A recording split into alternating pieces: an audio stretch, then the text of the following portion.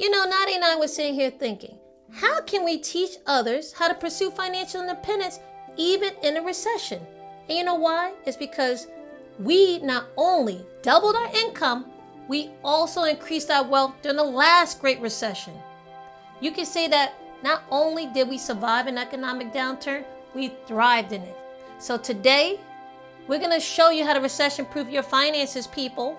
And we're going to give you tips and strategies that you can use so that a recession does not derail your goal of pursuing financial independence. So if you're ready, let's go. Now, the first tip is to save more. When you focus on saving more money, you're able to handle a financial setback like losing your job because you have more of a cushion on hand. It also allows you to have more cash on hand if a recession happens. And we know in a recession, cash is king. Now, there are two ways to begin saving more money. You can either decide to live more frugally or you can begin budgeting. Now, when people first think about being frugal or budgeting, they think they're the same thing, and they're really not. They're more like being different sides of the same coin, kind of like Nicole and I. We're not the same people, but we are twins. Now, the mindset between the two is that you're going to save money, but the process behind doing both are completely different. When it comes to budgeting, you have a paycheck and you decide what you're going to do with all the money in that paycheck. You've already decided that you're going to spend the whole paycheck, but you have to decide where that money actually is going. When it comes to living frugally, you are in the mindset that you're not using the whole paycheck. What you're doing is saying, hey, how is there a way I can be comfortable with my life and be able to live below the means that my paycheck provides me? Meaning, how can I live the life I want by being able to spend less? If you decide to start budgeting, I think one of the best ways is to start with a zero-based budget. One that you can start with is the 50-30-20 budget. In the 50-30-20 budget, you decide that 50% of your paycheck after taxes goes to things that you need, like necessities like food and housing, right? The 30% will go to your wants. These are nice to have, like maybe getting your hair done, going out to dinner, hanging out with friends.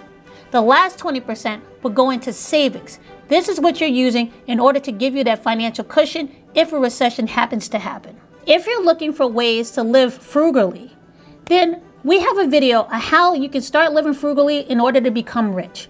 We'll put that in the description below.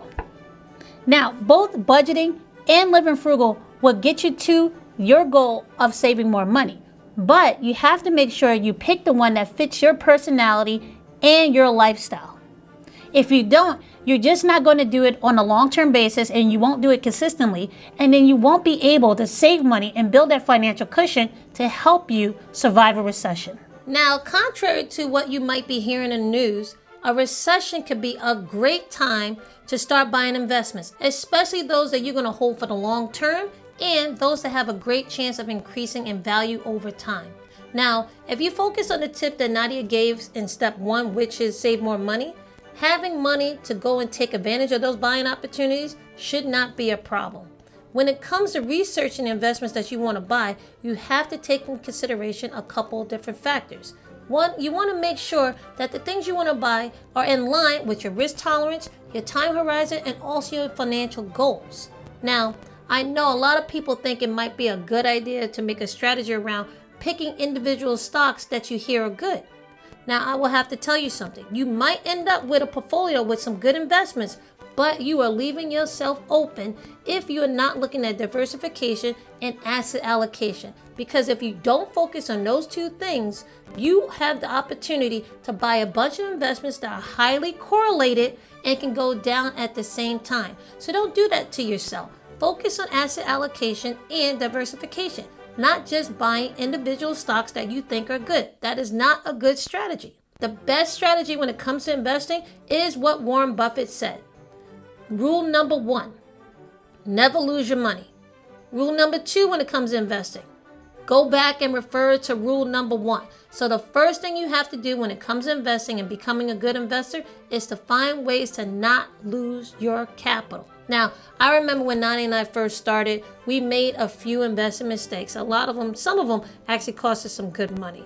We were thinking that a great way to buy stocks was to buy penny stocks and also trying to pick winners. Now, Nadia has an excellent story. I'm sure she's willing to tell you. Now, when I first started out, I thought, okay, I'm going to get started in investing by investing a little bit of money in penny stocks. I could buy a lot of shares for like a couple of $100s. Turns out I didn't know anything about the company I invested in. It turned out to be some guy who was buying trucks for his business, but then it was some big scam. He ended up living in a van and stole everyone's money and went bankrupt. Never again, never touched another penny stock, okay? Now, I remember I thought I could not lose by buying this uranium company. Now, when it came to uranium, I was like, okay, that's a commodity. And also, just doing the fundamental analysis, the stock was cheap. Now, when I bought it, the price did go up, but after 2 years, the company went bankrupt because of a mining incident and also globalization. Now, with those two particular instances, Nadia and I learned 3 things when it came to those investment mistakes. 1, do not waste your time buying penny stocks unless you're really you have a high risk tolerance and you're willing to lose some money. 2, make sure you only buy companies that you know you can understand how they make money. And 3, it is very hard to pick winners because a lot of times you might be picking losers. So find ways to avoid trying to pick winners and losers. If you're looking into buy penny stocks, do yourself a favor, go spend that money on a scratch off. Your odds of winning are just the same. Now, the third tip is to consider starting a side hustle. Now, a side hustle can be a great way to bring income in during a recession. It could be a great way to bring income in and during any kind of economy. You can start a side hustle by deciding to start a small business, becoming a freelancer, or creating products that you want to sell on the side. Since we worked on Wall Street, layoffs were always around the corner. So we wanted to make sure we were prepared, and we built some skills up as a side hustle to make sure that we can do those skills anywhere around the world and be able to earn some money. Now, Nicole and I were young, so we had a plan. I would become a bartender, Nicole would DJ. We would go around to different bars around the city and make an agreement with the owner saying that, look, we will help fill your bar on a particular night, and then we get to split the profits halfway off the door. Now, this was great because it gave us a way to practice our skills, meet new people, have fun with our friends, and have fun with other people, and at the same time, make extra income. All it took for me to become a bartender was $500 and 2 weeks of training. And I made that back probably within the first night. We had a lot of fun time with Nadia being a bartender and I was the DJ, and those parties were cool. But one thing I found out though is that everybody loves a DJ and they love giving requests, but no one tips the DJ. So tip your favorite DJ, but also if you want some extra money while you're making an event or while you're doing an event, stick to the bartending. So when it comes to choosing a side hustle, be creative. Pick something fun and something you can do anywhere in the world so you don't limit yourself to one location, and that way you can definitely increase your income. The next tip that can help you pursue financial independence despite a recession is making sure that you have an emergency fund. An emergency fund is a stash of cash that you can have access to in case of an unexpected expense or loss of income. Now, we suggest that you start off getting with $1,000 into an emergency fund. Try to get $1,000 as fast as you can. After that, the goal should be to try to get at least 3 to 6 months of expenses covered by your emergency fund. I know it's not fun trying to save money for emergencies, but if a recession does hit and you are affected by it, recovering from it will be that much harder. So protect yourself and have an emergency fund available to you. By the way, Congress just passed the Secure 2.0 Act that will help more Americans be able to save emergency funds. Starting in 2024, your employer will be able to link your retirement account like a 401k and be able to have you enroll in order to put after-tax money into it up to $2,500 as a way to start saving for emergencies. You're able to go into this account, have it grow tax-free, and be able to tap that money if you have an emergency that you need those funds for. So this is a good thing, and it's also a way for you to be able to save, especially when a recession happens. If you want to learn more about the Secure 2.0 Act, look in the description below. The next strategy we suggest that you use is actually keeping your skills up to date. It's very easy, especially if you've been at a company for a very long time, to feel that your position is secure.